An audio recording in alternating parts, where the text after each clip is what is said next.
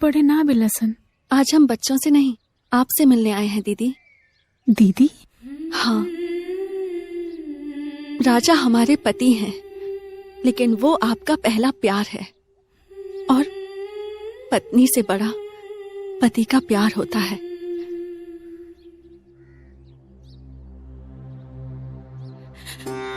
आप राजा से शादी कर लो प्लीज। हम दोनों एक साथ दो बहन की तरह रहेंगे, प्लीज। हमरा पे आज इतना मेहरबानी का है?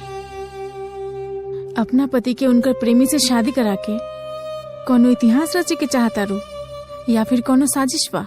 जब हमने आपको बहन मान लिया है तो अब झूठ नहीं बोलेंगे।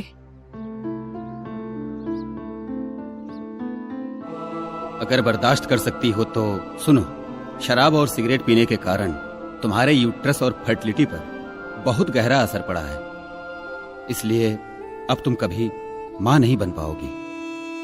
हम चाहे तो किसी भी बच्चे को गोद भी ले सकते हैं, लेकिन हम चाहते हैं कि आपको आपका पहला प्यार मिल जाए और हमको आपके प्यार का वो नन्हा मुन्ना निशानी मिल जाए। प्लीज दीदी, हाँ कर दीजिए प्लीज। आप राजा से शादी कर लो दीदी, प्लीज प्लीज हाँ कर दीजिए दीदी, प्लीज हाँ कर दीजिए। जा राजा के भेजता,